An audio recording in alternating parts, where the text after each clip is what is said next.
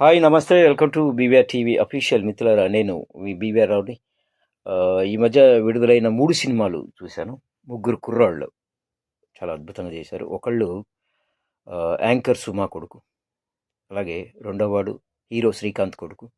మూడోవాడు hero Sai Kumar కొడుకు, ఆది Sai Kumar. So ఈ ముగ్గురి సినిమాలు,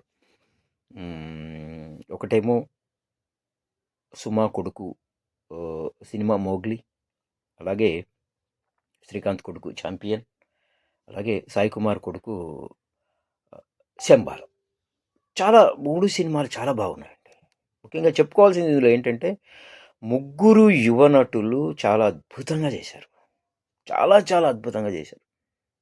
చాలా న్యాచురల్గా, నిజంగా అంటే సీనియర్ ఆర్టిస్టులను మరిపించే విధంగా, వాళ్ళ ఐ మీన్ వాళ్ళ పేరెంట్స్ని మరిపించే విధంగా కూడా చేశారు.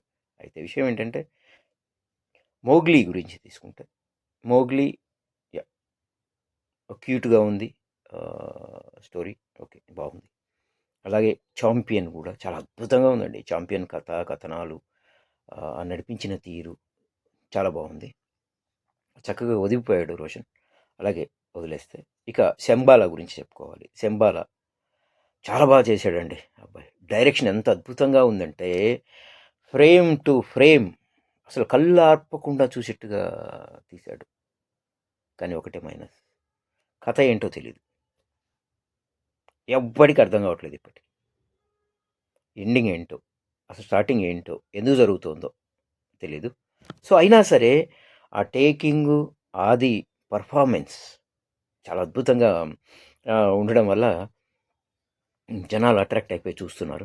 బాగుంది, చాలా బాగుంది. కానీ ఈ డైరెక్టర్స్ కూడా కొంత జాగ్రత్త తీసుకోవాలి కదా. సినిమా చేస్తున్నప్పుడు ఏమిటి కథాకథనాలు ఏమిటి, ఆ కార్ఖానా ఏమిటి చూసుకోవాలి కదా.